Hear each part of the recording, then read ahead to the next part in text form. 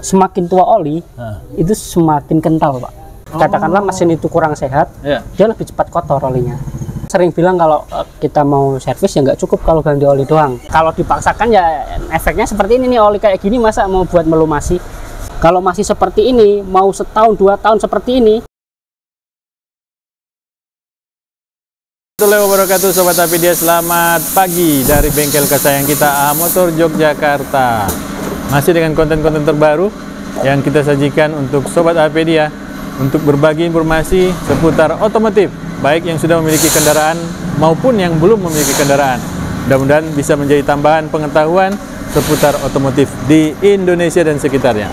Sobat Apedia yang ingin datang ke bengkel AH Motor untuk mengecek baik itu pengecekan yang standar atau mungkin pengecekan-pengecekan yang berat, silakan datang ke AH Motor bersama Mas Hari dan kawan-kawan di sini untuk mencari tahu apa permasalahannya dan menyelesaikannya. Mudah-mudahan bisa terselesaikan dengan cepat. Mapnya ada di sebelah kiri. Baik, Sobat Apedia, kita akan coba tanya lagi narasumber kita yang sudah lama tak muncul di AH Motor. Ini dia. Halo, Mas Wawan. Assalamualaikum warahmatullahi wabarakatuh. Waalaikumsalam warahmatullahi wabarakatuh, Pak Topik dan Sobat Apedia. Iya, Mas Wawan. Iya. Kali ini kan kita edisi Mas Wawan ya. Iya. Wawan terus. Wawan. Baik, Mas Wawan, kita sering membahas tentang oli. Iya. Ya. Mulai dari terakhir itu kita ada yang bertanya, 1 tahun tuh boleh nggak sih ganti oli sekali setahun? Boleh. Boleh, ya kan? Boleh dong. Boleh, ya kan? Mobil gua. Gawat. Nah, boleh. Nah, Gimana? Terus ada juga yang kemarin tuh bertanya tentang apa namanya? Kita angkat juga tema tentang ini, salah milih oli gitu kan ya. Nah, tapi yang mau kita tanyakan di sini tentang oli tua, Mas. Oke, oli yang sudah lama nggak terpakai. Sudah lama dipakai. Sudah lama dipakai berarti ya, oli tua gitu ya. Siap. Gimana, Pak? Ini sebenarnya apa sih resiko yang dihadapi oleh sebuah mesin atau mobil lah, ya, yang menggunakan, yang masih gitu loh, masih menggunakan oli tua itu untuk bekerja di dalam mesin itu sendiri. Siap. Apakah banyak efek buruknya atau ya biasa-biasa aja kayak gitu loh, Mas? Oke, siap Pak Topik. Ini di sini ada oli tua ini, Pak Topik. Oli tua ini ya? Iya, oli muda di mana, Mas? Oli muda? Kalau muda tuh masih mulus, nggak keriput gitu, Pak. Emang ini keriput? Ini oli Nah, tua. coba diceritakan, ini oli tua itu seperti apa sih? Oli tua tuh ada 2 kondisi, Pak. Oke. Pertama, Pak, kita luruskan dulu. Oke, luruskan dulu ya. Ini kalau- bengkok atau gimana? Enggak. Oke. Kalau katakanlah mesin itu masih normal. Oke. Semakin tua oli, itu semakin kental, Pak. Awalnya? Dari katakanlah viskositasnya sekian nih, terus karena dipakai terus ada kontaminan, dia jadi agak kental, bahkan bisa sampai berlumpur kayak gitu, karena dia juga terjadi penyusutan, Pak. Oli itu terjadi penyusutan. Jadi oli itu semakin tua, semakin sering dipakai, itu jadi kental. Ya, kalau mesin normal ya.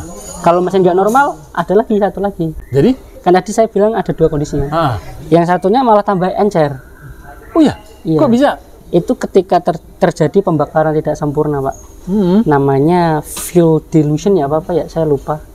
Intinya tuh pembakaran tidak sempurna, masih ada sisa bahan bakar, dan bahan bakar itu tersapu bersama oli. Oh, jadi bertambah. Jadi nanti bahan bakar kan sifatnya bahan bakar itu pelarut, Pak. Oli yang tadinya kental ketambahan bensin jadi lebih encer. Itu juga nggak sehat untuk mesin. Seperti itu kondisi oli tua. Oke. Baik, itu kan dari viskositas ya, dari bentuk ya. Dari bentuk. Oke. Nah, dari ini sendiri apa namanya? Dari kandungan yang ada dalam oli itu sendiri bagaimana? Iya. Salah satu tanda penuaan oli itu tanda penuaan oli kayak iklan ini aja ya.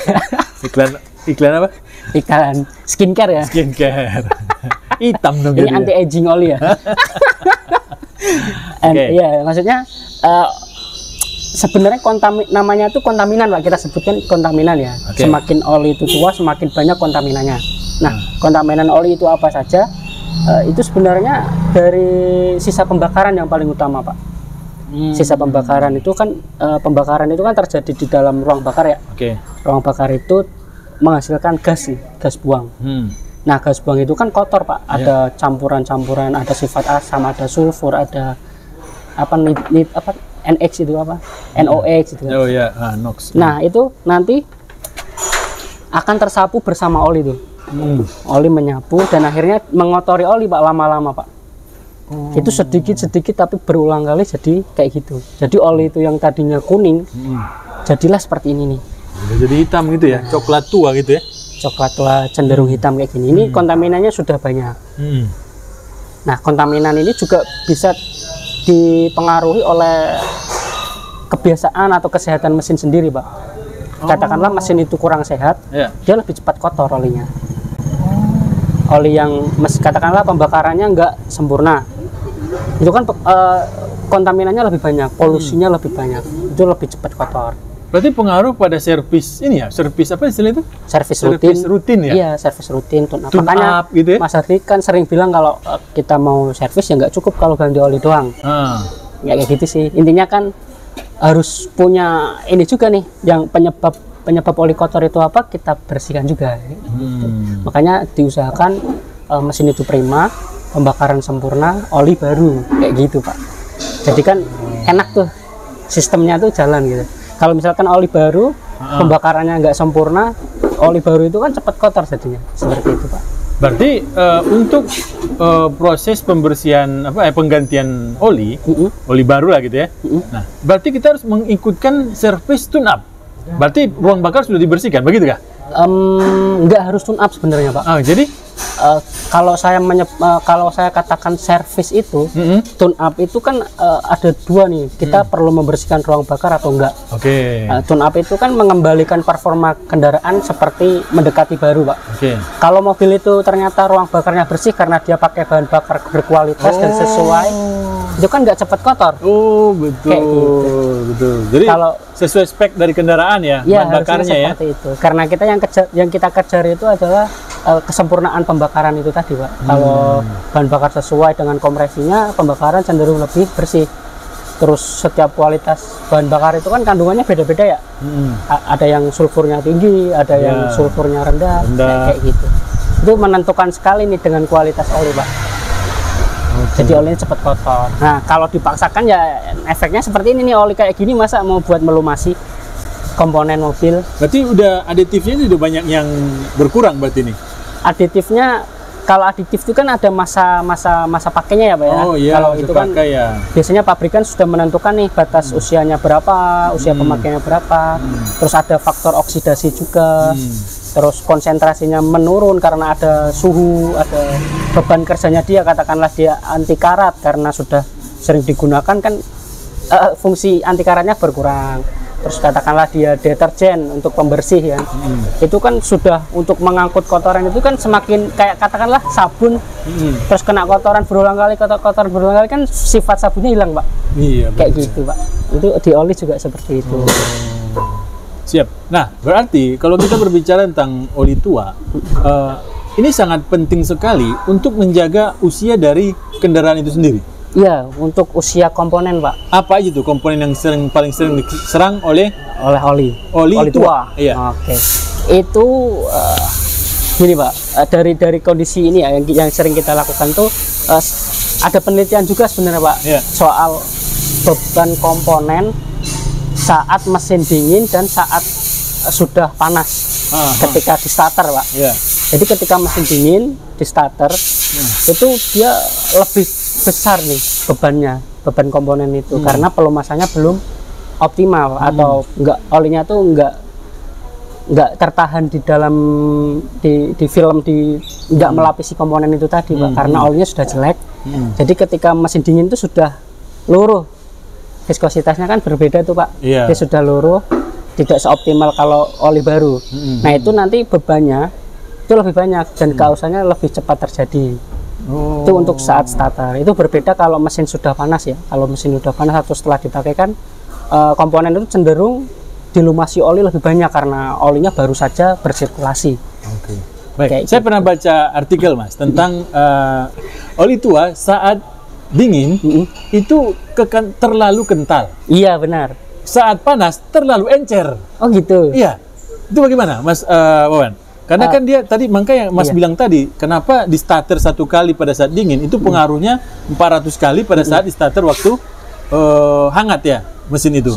Karena pada saat dia dingin, itu karena tadi mesinnya sudah olinya oli tua, itu viskositasnya itu terlalu kental. Jadi proses untuk penyebaran ke seluruh partikel-partikel mesin itu dia nggak sempurna seperti awal dari oli itu, oli fresh. Gimana? Kalau menurut saya ini kondisi saat dingin memang seperti itu, Pak. Karena kalau misalkan olinya lebih kental, karena kan ada dua kondisi nih, kental nih. Katakanlah sekarang kita lagi bahas yang oli yang mengental gara-gara tua. Terus di starter nih, kan dia jadi terpompanya tuh lama tuh, Pak, naiknya lama. Meskipun ada juga nih filter yang dilengkapi dengan fitur anti drain back, Pak. Jadi ada tuh filter oli yang fiturnya itu seperti itu. Jadi menahan oli tidak turun semuanya, tapi masih ada di pos-pos setelah filter oli, dia tertahan di atas gitu, Pak. Itu olinya masih di situ. Jadi ketika di starter, oli itu langsung lebih cepat sampai. Tapi ketika olinya lebih kental juga namanya lebih kental itu kan lebih lambat naik, Pak. Nah, proses lambat naik itulah yang membuat beban komponen gesekannya itu lebih tinggi dan cepat aus itu di situ. Kalau katakanlah itu setiap hari dilakukan dalam berapa tahun kan banyak kebiasaan buruk tadi ya, kebiasaan bagaimana oli yang harusnya sudah diganti tapi masih dipakai terus. Iya, benar seperti itu, Pak. Itu kalau bicara sedang oli kental yang di kondisi dingin. Tapi Pak Topik tadi bilang kalau oli di suhu panas itu nanti oli yang kental tadi itu jadi lebih encer gitu daripada normalnya. Kalau menurutku itu kurang tepat juga, Pak. Karena menurut saya malah lebih menyoroti ke kandungan olinya. Jadi kan semakin tua oli itu ada serbuk-serbuknya, ada serbuk logam kayak gitu kan. Itu juga akan menjadi apa ya, kayak kompon lah. Iya ya, menggosok kompon secara itu kan, halus ya. Iya, menggesek-gesek secara halus. Itu jadi cepat terkikis gitu daripada oli yang steril tanpa serbuk kayak gitu tadi. Nah, kalau oli seperti ini ada ininya nggak? Ada kandungan apa namanya? Ada. Ada nih kalau yang punya apa namanya? Punya mikrometer apa namanya? Oh iya, mikroskop. Mikroskop. Ya. Bisa kelihatan ya? Iya, itu nanti ada kandungannya apa aja. Terus pernah juga kan ada yang eksperimen gitu kan. Ini ada titik-titik nih, ini apa nih gitu kan. Titik-titik itu tuh apakah kotoran atau apa. Ternyata itu adalah serbuk besi. Dia ngujinya pakai magnet, pas pakai mikroskop pakai magnet. Jalan semua? Iya, jalan. Jadi kan dia berarti memang serbuk itu dari halus. mana? Iya. Itu serbuk dari mana? Itu dari komponen setiap apa namanya gesekan komponen itu kan pasti akan menghasilkan ini, Pak. Secara kecil itu ada. Berarti kalau mobil sudah berusia, berarti ada pengikisan dong? Ada pengikisan, Pak. Kalau oli baru itu kan fungsinya dia itu sebagai film, Pak. Jadi kedua permukaan logam itu sebenarnya kalau ada oli itu dia nggak menyentuh sebenarnya, tapi dihambat sama oli. Lalu ada lapisan olinya itu tadi. Nah, itu membuat itu tuh lebih loncer gitu loh, lebih. Kan ada penelitian tuh yang logam 2 di tempat miring gini. Yang pertama itu sebelum dikasih oli nih, logam itu berhenti. Oh ya. Tapi setelah dilumasi oli, logam itu langsung turun. Itu kan artinya kedua logam itu nggak bersentuhan ketika ada oli. Iya, tapi kalau oli tua kemampuan itu sudah berkurang karena ada serbuk-serbuk tadi, ya jadi gesekannya lebih tinggi. Oke, baik. Nih kembali kepada pertanyaan yang sering dilontarkan. Jadi berapa ribu kilometer ganti oli? Itu tadi setahun boleh, Pak. Setahun? Ya maksudnya kalau saya kan maksudnya lebih paham dengan kondisi oli, Pak. Lebih paham dengan kondisi oli. Katakanlah olinya sudah kayak gini ya pasti saya ganti. Tanpa butuh harus melihat kilometer? Iya. Katakanlah ini baru jalan berapa ya harus ganti, orang kondisinya seperti ini. Kan kita barusan tap oli, masukin oli baru, yang warnanya kan masih kuning tuh. Oke. Nggak berapa lama, cuma berapa mungkin 2000 lah atau 1000 lah, ya kan 1000 kilometer. Lo kok langsung hitam? Padahal itu kan ada dua kemungkinan, Pak. Gimana? Kemungkinan itu memang sisa oli, atau memang pembakarannya tidak sempurna tadi, kayak gitu sih, Pak. Jadi kalau memang mau optimal ya, kalau kita bicara mau optimal ya ada metode flushing itu, Pak. Flushing oli ya? Iya, flushing oli. Itu tapi dengan syarat belum terjadi pengendapan, belum ada lumpur, itu masih flushing. Untuk rutin itu nggak apa-apa. Kayak gini nih, katakanlah baru jalan 3.000 sudah hitam kayak gini, itu ya sebaiknya diganti. Kita juga bisa pakai tisu itu Pak sebenarnya Pak. Oh iya pernah ya? Iya kita pernah tisu nggak ya? Iya. Kita langsung uji apa ada 3 kondisi oli nih Pak. Yang baru nih? Ini baru diganti, tapi masih ada bekasnya kan di dalamnya. Oke, betul. Bukan yang dari botol. Ya, ya benar. Terus ini yang oli bekas, oli tua. Oke. Terus satu lagi. Sisa-sisa tuh? Iya, oli sisa ini Pak. Kita pakai ini Pak.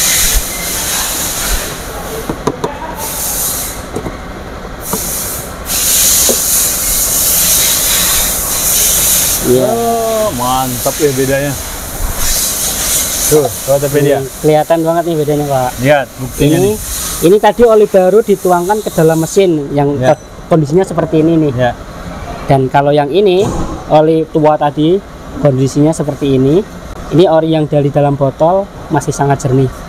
Intinya kalau kita sering telat ganti oli atau memaksakan oli tua kayak gini kan, untuk penggantian oli selanjutnya akan cepat kotor juga Pak. Kalau kita lebih sering ganti oli kan kualitas nanti ketika oli baru diganti itu lebih bersih daripada yang sering telat ganti oli. Makanya kayak gitu sih sebenarnya. Tuh, Sobat Tokopedia. Tuh bisa dilihat kan mana oli tua, mana oli muda. Nah, ini kita juga bisa mengobservasi mobil kita Pak. Katakanlah ini kita biasa patokan ganti oli sekian nih. Ini ada hitam-hitamnya nih. Jadi ya kalau sudah ada hitam kayak gini maka kita ganti oli. Kalau masih seperti ini, mau setahun 2 tahun seperti ini, nggak apa-apa? Ya nggak apa-apa, pakai aja. Apalagi seperti ini, nggak mungkin. Nggak mungkin ya? Ini habis turun mesin biasanya. Oh iya, habis turun mesin ya? Iya. Oke, belum ada pembakaran yang ini? Iya bener, masih sisa-sisanya masih dikit.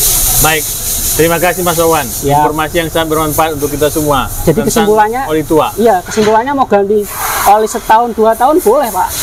Makanya saya jadi bilang asal boleh. Kayak gitu boleh. Ya. Ya asal kondisinya kayak gini kalau mau awet. Iya. Kalau jangan setahun tapi kondisinya hitam kayak gini, ya kan? Ini kalau mobil sering dipakai, mobil travel gitu 2 bulan ganti. Oh iya betul. Mobil yang buat angkutan-angkutan itu ya 2 bulan sebulan kalau memang kondisinya seperti ini ganti kalau mau awet sih.